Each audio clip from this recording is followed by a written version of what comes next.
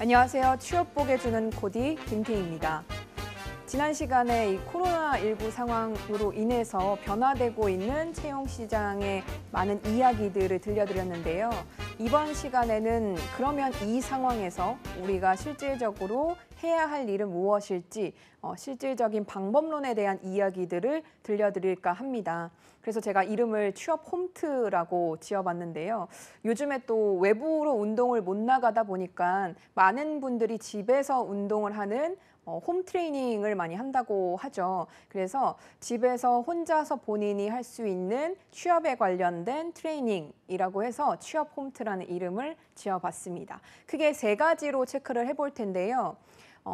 상대를 알면 또 잘 나도 알 수 있고, 그리고 분석을 제대로 하면 우리는 오히려 성공적인 결과까지 이어질 수 있다. 그래서 지피지기면 백전백승이다. 기업 분석에 대한 이야기가 있고요. 두 번째는 복붙은 이제 그만.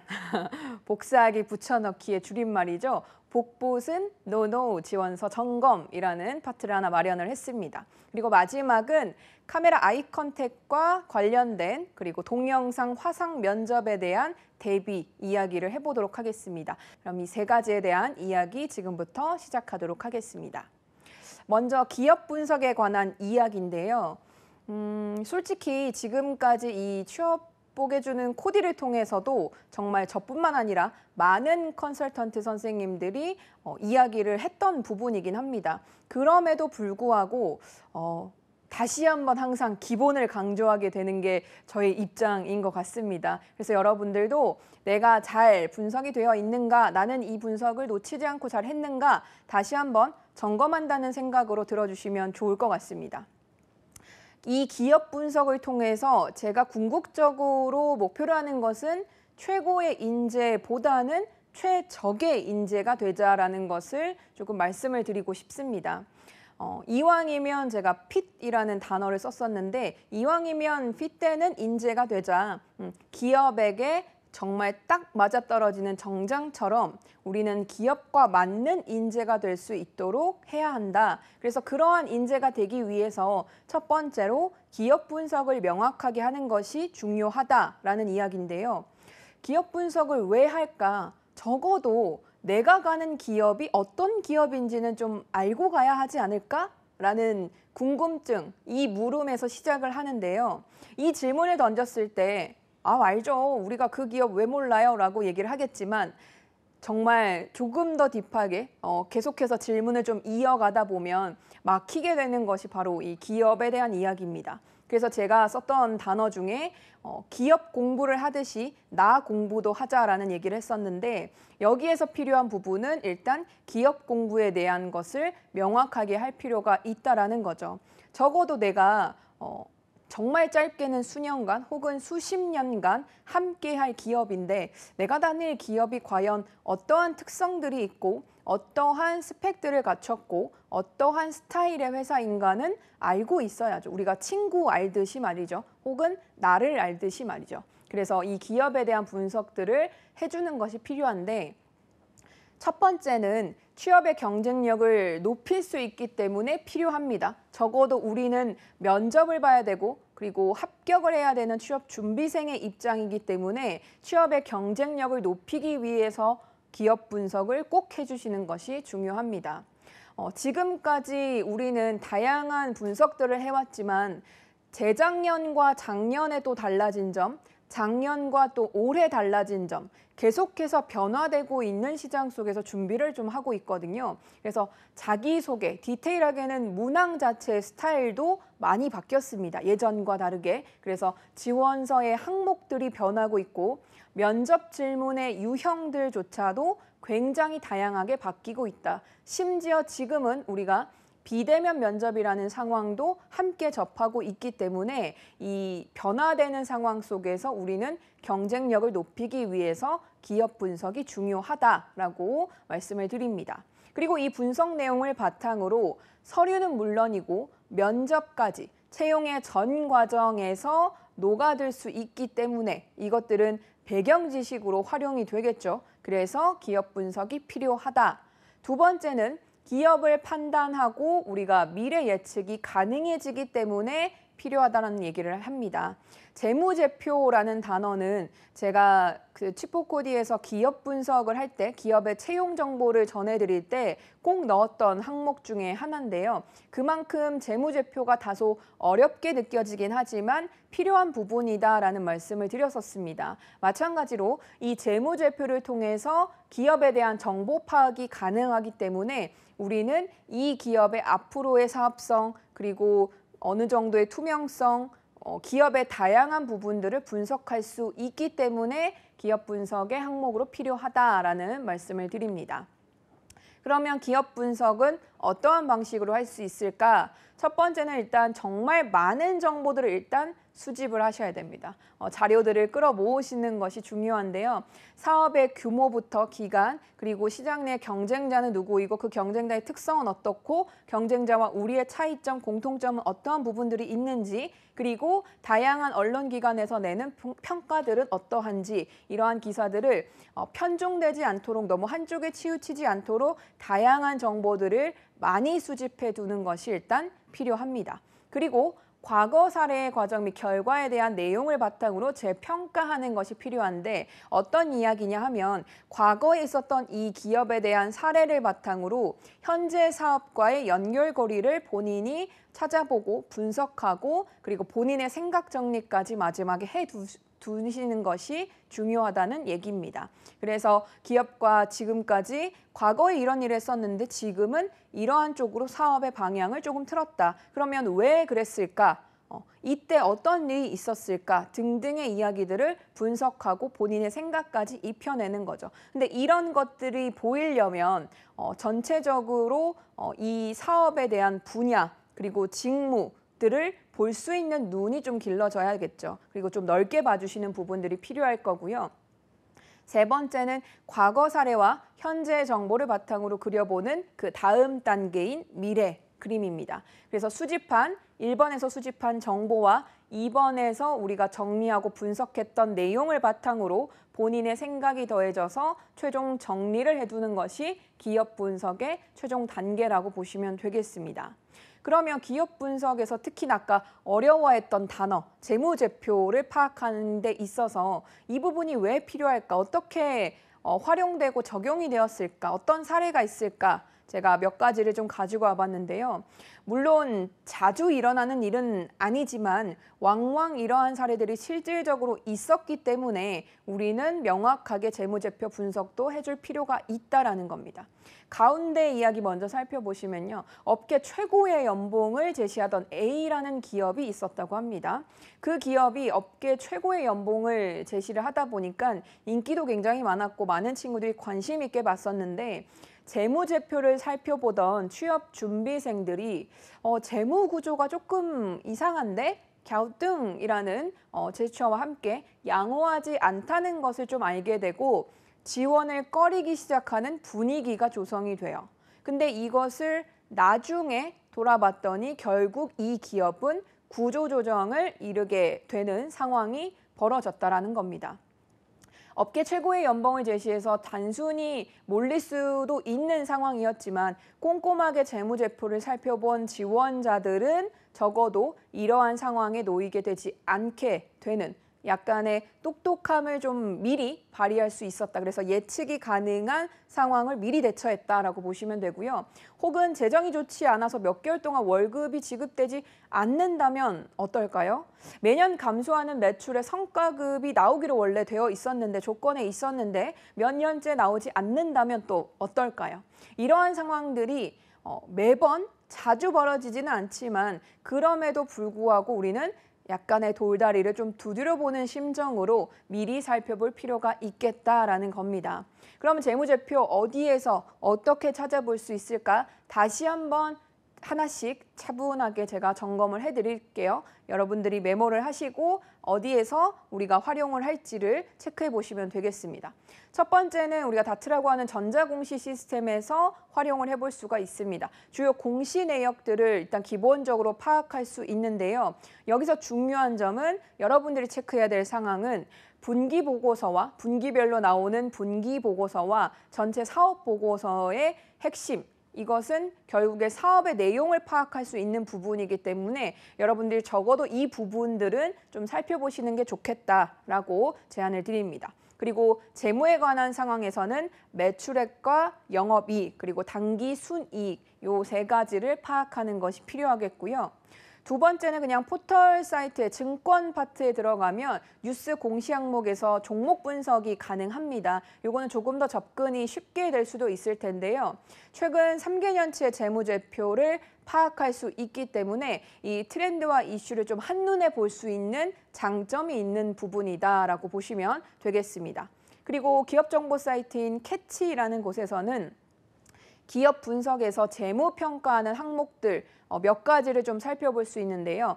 여러분들이 살펴볼 세 가지 큰 틀은 안정성 지표와 성장성 지표 그리고 수익성 지표의 파악이 가능하기 때문에 이 기업 정보 사이트 캐치에서는 또 이 정보들을 꼼꼼하게 체크해 보시는 것이 중요하겠습니다. 그리고 이런 것들이 이제 일반 기업들을 준비한 친구들이 주로 많이 보게 되는데 저는 공공기관을 지원하고 싶은 준비생입니다. 저희는 또 따로 볼 수 있는 곳이 있을까요? 라고 물음을 했다면 바로 알리오라는 곳을 활용하시면 되겠습니다. 공공기관 경영정보 공개 시스템인 알리오에서는 공공기관에 대한 전반적인 기본 정보를 파악할 수가 있는데요. 현황이라든지 재무상태, 사업 내용들, 그리고 제도 정책들을 파악할 수 있는데 저는 이러한 기본 정보로는 조금 부족함을 느낍니다. 저는 더 많이 알고 싶어요 하시는 분들은 추가적으로 국회 회의록을 참고하시면 되겠습니다. 특히나 어떤 위원회 소속인지를 알게 되면 이 국회 회의록을 조금 더 빠르게 찾아볼 수 있으니까요. 이 부분까지 참고하시면 좋겠습니다. 두 번째로 우리가 체크해야 될 거, 복붙은 이제 그만. 지원서를 다시 한번 체크를 해보도록 하겠습니다. 특히나 여러 기업들에 지원을 하게 되고 혹은 여러 기관들을 중복해서 지원을 하게 되고 나는 일단 서류를 빨리빨리 내야 되겠어 라는 마음에 한 글자씩만 좀 바꿔서 그냥 쭉 보내버리는 친구들 혹은 이조차도 안 하고 그냥 일단 지원부터 하는 친구들 대부분 컨트롤 CV를 굉장히 적극적으로 활용하면서 그대로 내는 경우들이 있는데요. 지금 이렇게 살짝 채용 시장이 주춤해졌을 때 본인의 서류를 오히려 완벽하게 준비를 해놓은 타이밍이다라고 위기에서 기회로라는 전환이 좀 필요할 것 같습니다. 그래서 다시 한번 여러분들의 지원서를 꺼내서 준비를 해보시면 어떨까라는 생각이 드는데요. 먼저 지원서에 우리 크게 이력서 파트와 자기소개서 파트로 나눠볼 수가 있죠. 이력서부터 다시 한번 점검이 필요하겠습니다. 공공기관에서 자체적으로 진행하는 양식도 있는 반면에 기업 양식, 자사 양식도 있죠. 그리고 우리가 생각보다 또 자주 접할 수 있는 자사 양식 외에 자유 양식의 지원서를 준비해야 될 수도 있습니다. 특히나 자유 양식의 지원서는 적극적으로 여러분들이 재편집을 해서 본인의 역량이 두드러지게끔 만들어주는 것이 포인트입니다. 왜냐하면 자사 양식이나 이렇게 기관, 기업에서 제공하는 양식들은 건드릴 수가 없기 때문에 그대로 기입을 하는 것이 중요하겠지만 자유 양식의 경우에는 정말 말 그대로 양식이 자유롭다라는 거기 때문에 여러분들만의 역량들이 두드러지게 나타날 수 있도록 항목들을 재편집하고 보기 좋게 만들어주는 이 기본적인 재편집의 과정이 분명히 있어야 된다라는 겁니다. 세부적으로 좀 보면요. 기본적으로 재편집을 할 때도 마찬가지겠지만 결국에 딱 이 이력서 한 장을 놓고 봤을 때 가독성이 좋은가를 체크를 해보셔야 됩니다. 이거는 내 눈에도 읽기가 좋아야 되고 타인의 눈에 읽기에도 굉장히 수월하게 읽혀야지 잘 좋은 설정이 된 가독성이 좋은 이력서다라고 얘기를 할 수가 있습니다. 그래서 다 쓴 다음에 항상 점검해야 될 거는 다른 사람의 눈으로 일단 점검을 한번 해보시는 것이 좋은데요. 그래서 타인의 눈에 봤을 때도 읽기 좋게끔, 보기 쉽게끔, 그리고 깔끔하게 정리가 되었는가를 보시는 거. 이게 이력서 파트에서 꼭 해주셔야 될 부분이고요. 단순 나열은 피하고 간결하면서도 구체적으로 정리를 하는 게 필요하다라는 멘트를 써놨는데 제가 좀 간단하게 쓰려고 이렇게 적어놓긴 했지만 이게 무슨 말이냐면 특히나 경험적인 부분, 직무와 관련된 뭐 사회 경험이라든지 뭐 하다못해 봉사활동 뭐 경험들을 기입을 했을 때 내용란이 있잖아요, 이력서에서. 근데 이 내용을 구구절절히 쓰는 친구들이 있어요, 아직까지도. 예를 들어서 저는 A라는 기관에서 이러한 경험들을 했는데 이때 기획도 했고 제가 직접적으로 진행도 했었고 마지막에는 이런 일까지 했습니다. 그래서 뭐 나중에 표창도 받았어요. 라는 얘기가 전체적인 이 기관에서 본인이 했던 경험이에요. 근데 이거를 저는 기획도 하고 이것도 하고 저것도 했습니다. 그래서 이렇게 됐습니다까지 문장으로 구구절절히 적으면 구체적으로는 적은 게 맞아요. 여기는 체크 부분이 맞는데 문제는 간결하고 읽기가 쉬운가? 이 부분에서 다시 한번 체크가 돼야 되는 거거든요. 그래서 이런 부분들은 최대한 명사형으로 정리를 하고 보기 좋게끔 깔끔하게 요약하는 부분들이 필요합니다. 그래서 특히나 내용적인 부분들을 쓸 때 이력서에서 여러분들이 간결하면서도 구체적으로 바꿔 얘기하면 자세하게 적되 자세하게 적은 이 문장들을 보기 쉽게끔 바꿔주는 게 필요하다라는 거 체크를 해주시고요. 직무와 전혀 관련이 없다면 과감하게 삭제할 줄도 알아야 한다. 그래서 본인이 정말 채워넣기 위해서 채우기 급급해서 넣은 내용은 아닌가라는 것들을 다시 한번 진솔하게 스스로에게 질문을 던져보시고 관련이 없다면 과감하게 삭제하는 부분도 필요하다. 특히나 자유양식일 때 굳이 필요하지 않은 항목들은 과감하게 삭제할 줄도 알아야 된다는 거 추가적으로 체크를 하시고요. 작성하지 않은 부분이 없는지 마지막에 다시 한번 체크하고 또 체크하는 더블 체크 부분이 필요하고요. 최신순 정렬은 제가 다시 한번 이렇게 큰 항목으로 적어놓은 이유가 아직까지도 이 부분을 지키지 않고 깜빡하는 친구들이 있기 때문에 다시 한번 강조를 드립니다. 제가 지금은 이제 온라인 첨삭을 많이 진행을 하고 있는데요. 온라인 첨삭을 지금도 진행하면서 체크하는 부분이 바로 이 부분이에요. 최신순으로 정렬을 하지 않은 친구들이 아직도 많다. 기본적으로 학력 쓰시고 그리고 뭐 사회 경험들 쓰실 때 최신순으로 내가 정렬이 됐는지 다시 한번 꼭 체크를 해주시고요.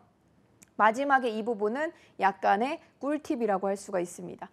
다 작성한 다음에 PDF로 변환해서 제출을 하면 상대가 이 폰트를 가지고 있지 않아서 깨질 가능성 그리고 조금 더 깔끔하게 한 장으로 딱 볼 수 있기 때문에 가독성이 오히려 높아질 수 있는 방법. 그래서 PDF 변환 제출하시는데 단 자사 양식에 해당하는 조건이 있는 곳이라면 제외하셔야 됩니다. 그 회사에 맞게끔, 기업에 맞게끔 제출하시는 것이 중요하고요.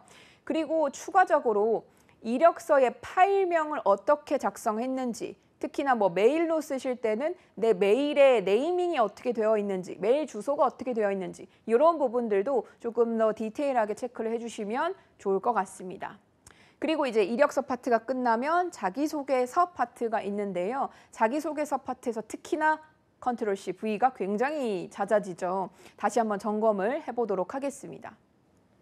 기본적으로는 전체적인 스토리가 문제 해결의 과정이 드러나도록 구성을 하는 것이 좋습니다. 아무래도 우리가 사회생활을 하다 보면 이 문제가 나타났을 때 앞으로 어떻게 해결을 할지에 대한 방향이 굉장히 중요하고 이때 대처하는 자세가 중요하기 때문에 문제 해결의 과정으로 전체적으로 구성을 하시는 것이 중요하다. 그리고 회사와 적합한 인재인지 아까 얘기했죠.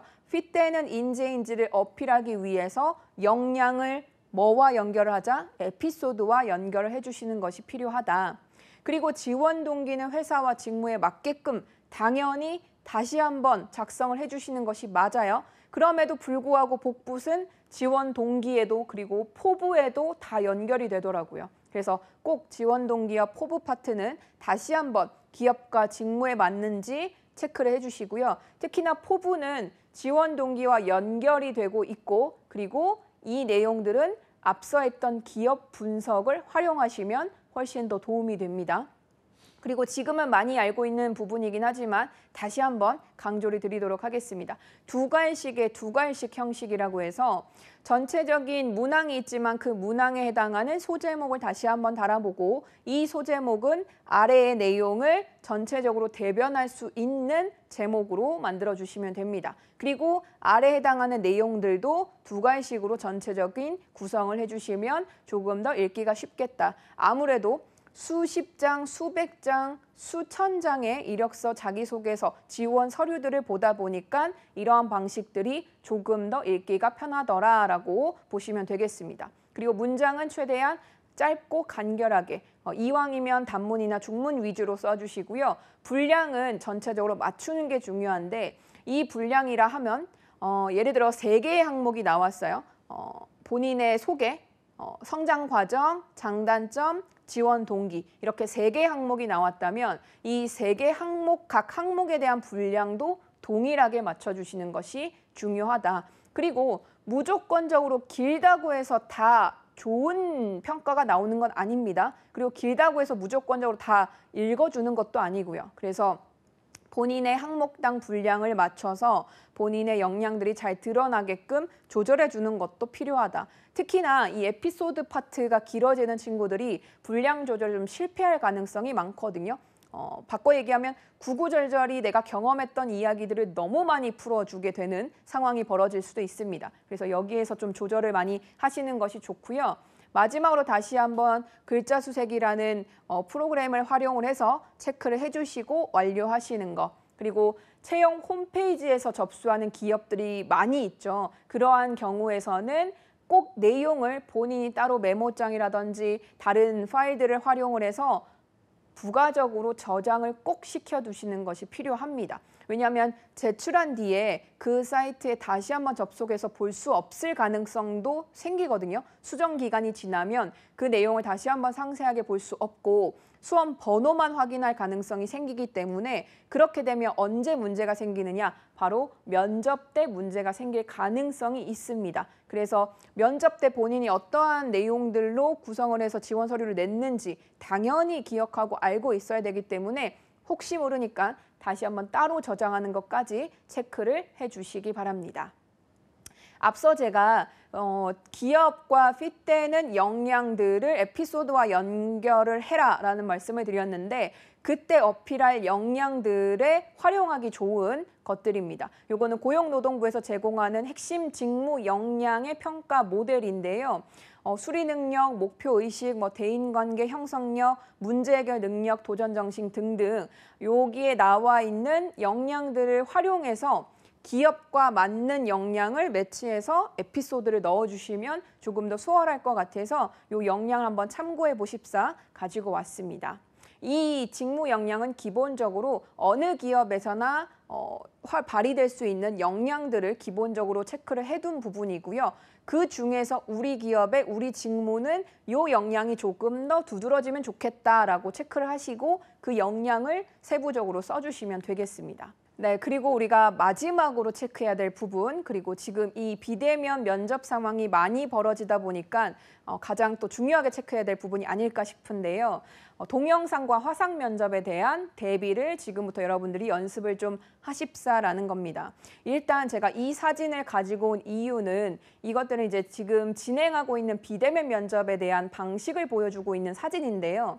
제가 여기서 이 사진을 보여주는 이유는 이 비대면 면접이 이루어지는 방식이 어떠한 환경에서 진행되는가를 준비생의 입장에서 미리 경험을 해보십사라는 의미에서 가지고 왔습니다.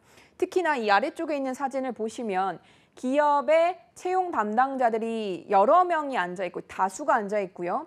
옆에 보시면 큰 스크린이 존재하고 그리고 이 촬영이 진행되고 있는 카메라라든지 마이크, 부가적인 요소들이 곳곳에 배치가 되어 있다. 특히나 이 정면 사진을 보셔도 아시겠지만 지원자의 화면 자체를 굉장히 고화질로 크게 그리고 큰 소리로 정확하게 파악을 하고 있다. 그러면 우리 지원자들은 어떻게 더 준비를 해야 될지 이 부분을 같이 좀 체크를 해볼 수 있을 것 같은데요. 제일 많이 물어보는 것 중에 하나가 공간과 환경적인 요소가 명확하게 준비가 되었는가입니다. 기본적으로 이 정도의 상황에서 샷이 잡힐 텐데, 카메라에 잡힐 텐데 집에서 한다고 해서 물론 어디 나가지 않으셔도 돼요. 집에서 면접을 보는 친구들도 많은데 집에서 본다고 해서 본인도 너무 편해져서 편한 복장으로 임하는 친구들이 있어요. 비대면 면접인데도 불구하고. 그래서 복장, 기본적으로 면접에 우리가 입고 가는 그 복장 그대로 준비를 해주시고 영상과 음향 체크를 꼭 연습을 미리 해주시는 게 중요합니다. 특히나 음향적인 부분이 외부 소음이 없는가, 내 소리가 명확하게 잘 전달될 수 있는가를 꼭 체크를 해주시면 좋겠습니다. 그리고 특히나 이 화상 면접을 준비하는 데 있어서 여러분들이 놓치는 것 중에 하나가 실제 이제 비대면 면접을 본 친구도 전해준 후기인데 이러한 상황에서 마지막 인사를 하게 되면 그 담당자들 중에 진행팀 중에 이 화면을 종료하는 시점에 올 때까지 다른 채용 그 담당자 분들은 이 지원자를 보고 있기 때문에 정말 화면이 종료돼서 아예 아웃할 때까지는 면접의 상황이라고 꼭 기억을 해주셔야 됩니다. 질문이 끝나고 감사합니다, 네 종료됐습니다라고 인사를 하더라도 이 끌어가는 과정에서 다른 채용 담당자들은 지원자를 보고 있기 때문에 마지막까지 본인이 그대로 카메라를 응시하고 면접관을 보고 있고 자세를 갖추고 있는 상황이 중요하다라고 이 부분은 꼭 체크를 해주시면 좋을 것 같습니다. 그래서 꼭 뭔가의 부가적인 비용을 들이지 않아도 본인이 가지고 있는 스마트 기기들을 활용해서도 충분히 비대면 면접들을 보고 있기 때문에 외부적인 요인에서 방해하는 요인들은 없는가 부분만 좀 체크를 잘 해주시면 좋을 것 같습니다. 그리고 충분한 화상 면접 준비를 통해서 본인이 발생할 수 있는 외부적인 요인이나 변수들에 대해서 대처하는 능력을 기를 수 있고 본인이 계속해서 연습을 하다 보니까 취약한 부분에 대한 개선을 할 수 있는 시간이 되거든요. 그래서 이 화상 면접에 대한 거는 본인이 가지고 있는 스마트 기기를 활용해서 그대로 모의 면접을 한번 여러 번 연습을 해주시는 것이 좋을 것 같습니다. 그리고 언어와 비언어적인 요소들의 활용을 준비를 하시는데 지금 저도 이렇게 카메라를 보고 하는 것처럼 카메라를 본다고 해서 비언어적인 요소들이 전혀 어필이 되지 않는 게 아니거든요. 그래서 표정의 변화라든지 어조의 변화라든지 아니면 감정선이라든지 이런 비언어적인 모든 부분들도 함께 적용이 되기 때문에 같이 연습을 해주시는 것이 중요합니다. 덧붙여서 요즘에 마지막에 면접 질문으로 이 질문을 많이 한다고 합니다. 지금 비대면 면접이라는 것을 처음 경험하기 때문에 비대면 면접에 대한 소감이 어떤지를 보통 마지막 질문으로 많이 한다고 하거든요. 그래서 이 부분까지 체크를 한번 해보시고 미리 준비를 해주시면 어떨까 싶습니다. 자, 오늘 취업 폼트라는 이름에서 제가 기업 분석과 지원서 점검하는 것 그리고 동영상 화상 면접 대비가 필요하고 그리고 어떤 방식으로 해야 되는지까지를 설명을 드렸습니다. 이 취업 폼트 3가지 방법을 다시 한번 최종 점검하시면서 여러분들 올해 그래도 성공적인 취업을 할 수 있도록 도움이 되셨으면 좋겠습니다.